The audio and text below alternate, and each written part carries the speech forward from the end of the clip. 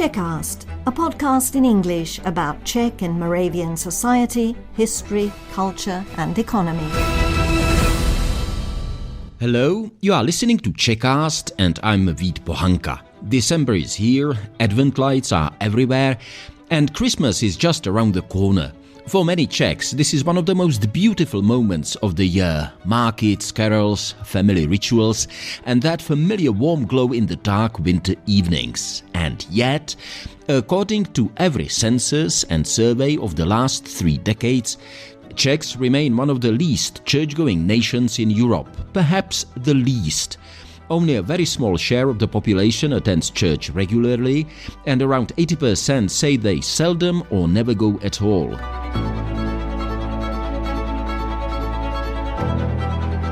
So, how do we make sense of this? Why do we love the season and its spirit so deeply, while keeping such a distance from the institutions that originally shaped its meaning?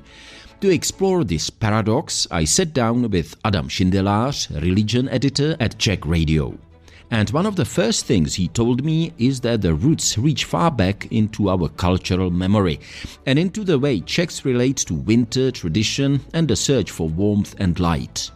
It has something to do with cultural memory, so with tradition, and I think even in the winter, like, days are getting dark, and so people are looking for something warm, something light to have in their lives. But when it comes to organized religion, Adam says the story becomes more complicated. Part of the lasting distance comes from the way religion was once tied to political pressure, especially under the Habsburgs. I think because we had a forced recatholicization under the Habsburgs, and so religion was also associated with a political pressure. So I think this all kind of shaped Czechs' identity around this of institutional churches. There still comes the question many people ask, why didn't this change after 1989? Why didn't the fall of communism and the arrival of freedom lead to a revival of church-going? On this, Adam was quite clear. I think that churches were not very good in establishing their role in the new society in last 35 years of the free Czech Republic or before Czechoslovakia. I think that they were not very able to take a lot of space in people's lives. So, in today's episode of Czechast, we look at why these historical layers still shape Czech attitudes towards faith, why Christmas thrives even as church-going declines, and what kinds of spirituality Czechs are turning to instead.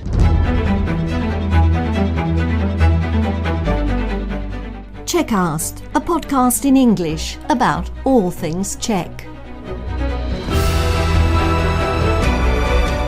Whether you're an English-speaking expat living in Czechia and Slovakia, or a descendant of the Czechs, Moravians and Slovaks who left for a better life in America, Australia, Britain or Canada so long ago that you don't speak the language of the old country, this podcast in English is for you. Well, actually, I started to being interested in religion before I started to being journalist. So I studied theology, and even in the high school, I was very interested in religions, even the new religions. So I started to study theology, and then actually, while I was studying, I started to work as a journalist. So the religion was my first choice. And why was it? I mean, what drew you kind of personally to this area of life or society? Well, actually, for me, it has changed a lot, the reasons why I'm interested in this. While I started theology, it was 25 years ago, so my motivation was quite different. And because I was more involved personally in religious environment. But later I realized that the religion, even in society as much secular as the Czech society is, still shapes views of people, shapes politics, and even if Czech people are not openly very religious, they are quite spiritual.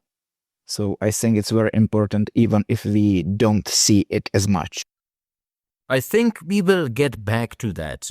But when we look at the long-term data from the censuses and surveys, Czechia consistently does emerge as one of the least church-going countries in Europe. Now, from your perspective, what explains this kind of deep and long-lasting secular character of Czech society? Well, I think that there are few reasons. One, which usually people see, is the influence of the communist regime, because during that period, it was drastically disturbed by the law and the persecution, and the transmission of faith between generation was disrupted, and religion was pushed of the public area, of the public life. But I think it goes much deeper, because it can go to the historical roots in the Hussite movement and conflict between different churches, like between Catholic and Protestants, and then even in 19th century there was a strong current of thoughts about rationalism, and so all of this weakened institutional religion.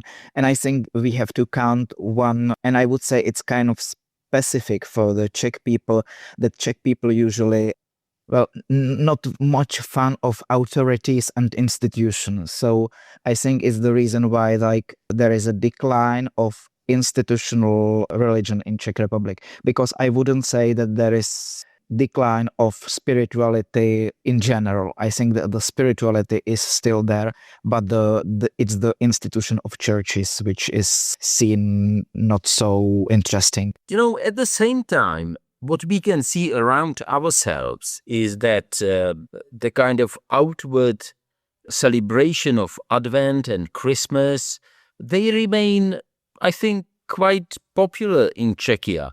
Markets are full, traditions are strong, and people say if you ask them in the street, that they love the atmosphere. How would you explain this contrast between a highly secular society and the strong emotional pull, I would say, that we can see, especially now at the Christmas season? Yeah, I would say exactly. It means that Czech people still have kind of sense for spirituality, sense for looking for something bigger, some values, it's, even if it's family or belonging, a sense of community, a sense of because the Christmas story about the child who is born in the not very good conditions, and a very poor child, and the care and the fragility of the new life. So I think it's still, the reasons are kind of spiritual, even if it's not like traditional Christian spirituality. And I think it has something to do with cultural memory, so with tradition. And I think even in the winter, days are getting dark, and so people are looking for something warm, something light to have in their lives. As I'm speaking to you, I'm also consulting the data that I kind of gathered from my research, and it shows that the weekly church attendance in Czechia has dropped from around 9% or nearly 10% in 1989. These are data from just before the fall of communism, to 5.6% today. And around 80% of Czechs seldom or never attend religious services. Do you think this is something that will go on, or how do you explain this drop of attendance and the willingness of people to go to church? I think it's something we see also in other countries. It's not specific for Czech Republic. It's I would say that a lot of Western countries have the same situation, not only Western countries.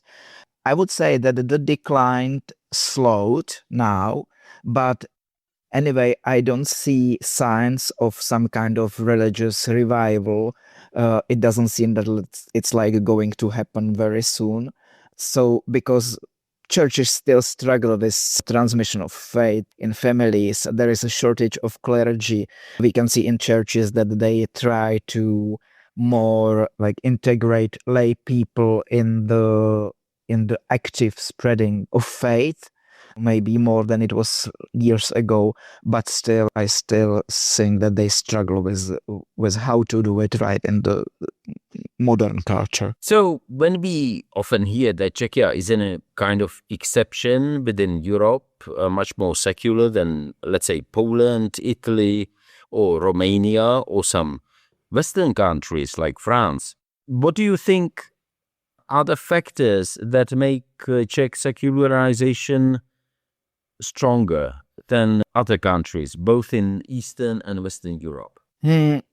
Well, it has something to do, as I said, there is a distrust about institutional religion, and we have a bit of different history than Poland, for example, because like in the medieval way, we have, I would say there was more tension between Catholics and Protestants, as Poland was, I would say, more Catholic. So the history has something to do with, I think, because we had a forced recatholicization under the Habsburgs. And so religion was also associated with a political pressure. So I think this all kind of shaped Czechs' identity around dislike of institutional churches. Just to make sure that I understand and you can repeat yourself, do you think that the kind of recatholicization under the Habsburg Empire in the 17th century still plays a role in how often people go to church? I think it is still relevant, but not only this, but I think it's necessary to say that there was a weak religiosity even before communism. But then there was this experience in communism, as I said before, that there was persecution of churches. And then I think that churches were not very good in establishing their role in the new society in the last like 35 years of the free Czech Republic or before Czechoslovakia. I think that they were not very able to take a lot of space in people's lives. And it was difficult for them because the formation of the priest and everything was interrupted before. And I think that there are factors which play roles not only in Czech Republic, even in other countries, some kind of scandals of church like sexual abuse and others. You are listening to Czechast. I'm Vít Pohanka, and my guest today is Adam Šindelář, a religion editor at Czech Radio, and we talk about why Christmas in Czechia is loved so passionately, while church attendance remains among the lowest in Europe. So, despite low church attendance, small religious communities from Catholics to evangelicals and Orthodox, they still exist in Czechia and Moravia, and sometimes they thrive, I would say, in their niches and in their surroundings. So do you see elements of Czech society where there is a renewed interest in spirituality, if it doesn't translate into traditional church going, into going to masses and, services? Yes, I would say that we still gonna have this niche groups of like traditional churches, but the majority of Czech society, they are interested in different kind of spirituality. For example, like mindfulness, meditation, psychological spirituality which is nature-based and is kind of very environmentally conscious. There is a huge interest in people in pilgrimage, for example. Even people who are not Catholics love to do the Camino style paths. So this all counts as a spirituality. That is a way for some people to approach religion, if I understand correctly. Yes. Like for me, not only for me, the difference between words religion and spirituality is that the religion is more about kind of institution and living the spirituality together in some kind of organized way. And Czech people like more being individual and live the spirituality like how they want it, and maybe combine different uh, ways of the spirituality. They don't mind to combine some kind of Buddhist traditions with the Catholic traditions. Yeah, For exactly. example, Because when we last spoke earlier this year, you mentioned that although Czechs, perhaps not really willing to attend church, many people still express spirituality in other ways, and this kind of fits into what you have just been saying, right? yeah, I would say so. I think that we don't like to be organized by some authority, so we prefer it to do it this way instead of traditional ways.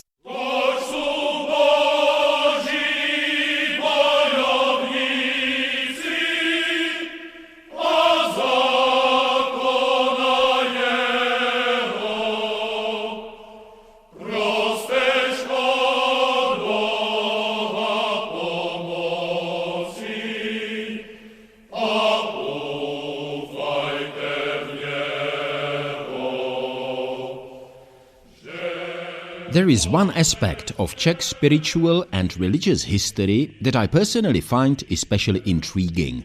It is impossible to talk about Czech religious traditions without mentioning the Hussite movement of the 15th century, one of the earliest attempts to reform the Catholic Church in Europe, a movement that led to decades of wars and made the Czech lands famous across the continent. Much later, during the national revival in the 19th century, when Czechs were rediscovering their past and beginning to articulate a desire for greater independence from the Habsburg Empire, the Hussite era was again presented as one of the defining chapters of our national history.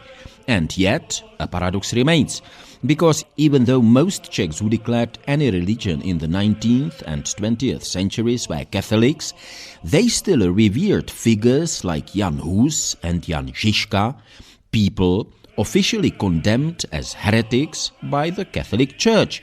And one of them was even executed at the stake at Constance in Germany.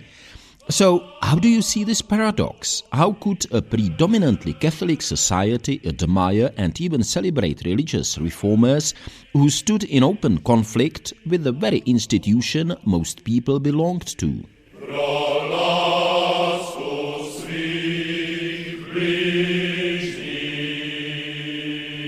I'm not sure if I'm able to answer this question correctly, but I would say that it was the both reason. There was a part of kind of nationalism and kind of that people wanted to get away even from the Habsburg monarchy, for example. But still, I think that there was a huge movement to kind of reorganize institutional church, which led to the establishing of the Czechoslovak church. It was later called Czechoslovak Hussite Church. So yeah, it was part of like that people wanted kind of national church. So there is this national part, but even they wanted a different church kind of more modern. So I would say that there was these two sides. What is the Czechoslovak Hussite Church? I kind of struggled. Sometimes I have to say to explain it to my friends. Why was it started? What is it? Well, okay, so I'm not sure to have a data correctly, but it started it was officially based in, if I remember correctly, 18, like with the establishing of Czech Republic or Czechoslovak republics. So yeah, it was church who wanted to be kind of more modern, so they started to using Czech as the liturgy language, for example, which still for the Catholic was the Latin. It became the Czech or national languages became normal in Catholic Church later. So this was one of the differences. They were more open to have a priest married. They were more open to have women in the clergy.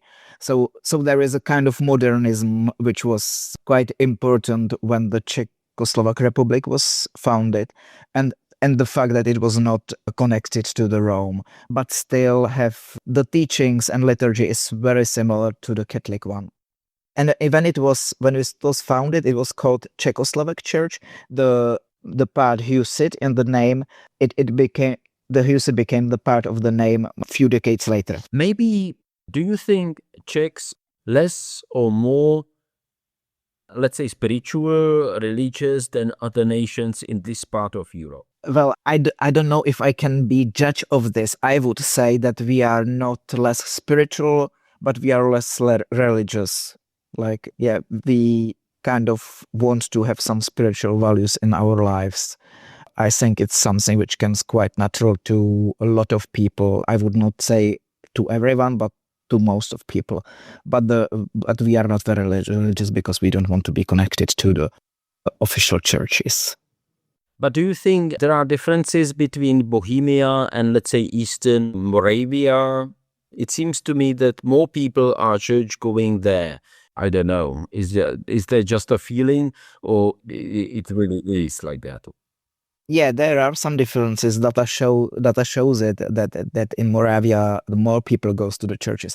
But I would say that even there we can see some kind of decline in younger generations. But I would say that what maybe is some specific about people going to churches in the Czech Republic when we compare it to other countries, maybe that usually the people who goes to the churches are quite a lot active in the church. Like, I would say we don't have these people who are going to church but don't take it very seriously. So I think that there is I would say that in our country most of people or go there and take it very seriously or don't go there. And maybe in other countries, for example, in Italy where I lived, like a lot of people go to the churches quite often, but probably are not so active in the church, like in other activities than going to church. You lived in Italy for some time? Yes, I lived there for 4 years. So do I understand correctly that people go to church there, from what you have experienced, more like kind of formality because they want to fulfill the formal duty rather than really thinking about religiosity and spirituality? Yeah, I wouldn't want to generalize this, but I think it's more common than in our country. Or maybe it's not like fulfilling, but they think that for them it's important spiritually to go there, but they think it's enough for them to go there occasionally on Sunday. Instead, in our country, I would say that people want to be more involved. So what brought you to Italy? How did you end up in Italy? I'm sorry, I end up there because I was working in the Vatican for a few years. Right. But it was a long time ago. They were looking for someone to work in the Vatican radio by the time, and it was like it's nearly 20 years ago. And because I had some experience with radio, they asked me to if I would be interested to go there. So I took a risk and went. If you don't mind me asking, what was the experience like working for Vatican Radio and living in Italy?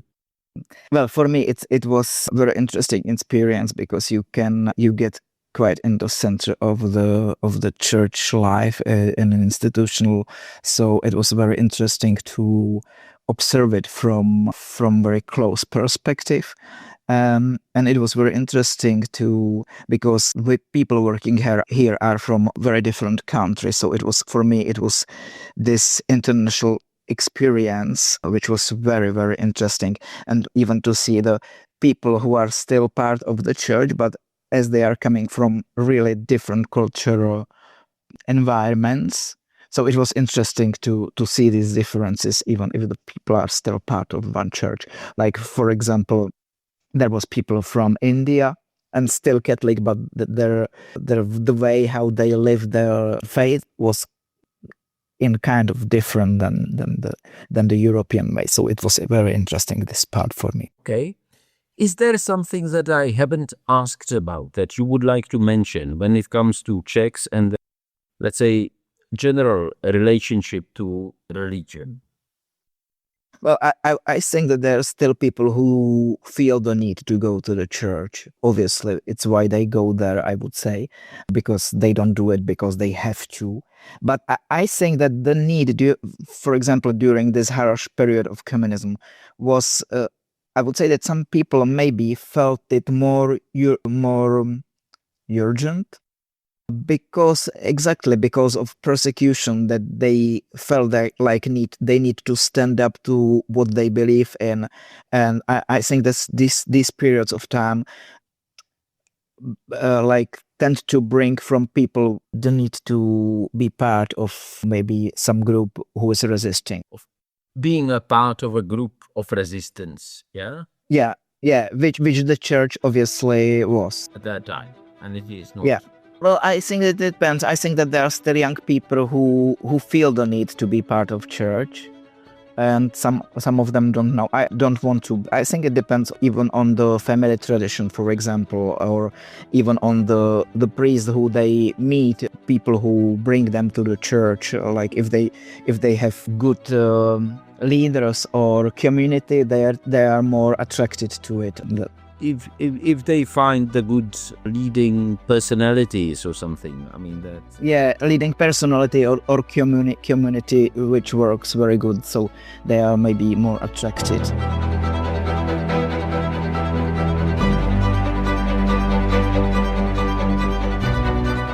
So this was Czechast with Adam Šindelář, religion editor of Czech Radio. I'm Vít Pohanka. If you've enjoyed this episode and if it helped you understand Czechia just a little bit better in this Advent season, please consider liking, following, or even recommending Czechast to a friend. It truly makes a difference. Your support helps us reach new listeners and gives us space to bring you more stories about Czech history, life, culture, and yes, sometimes even the economy. Thank you again very much for listening, and until next time, take care, stay safe and healthy, and as we say in Czech, naslyšenou.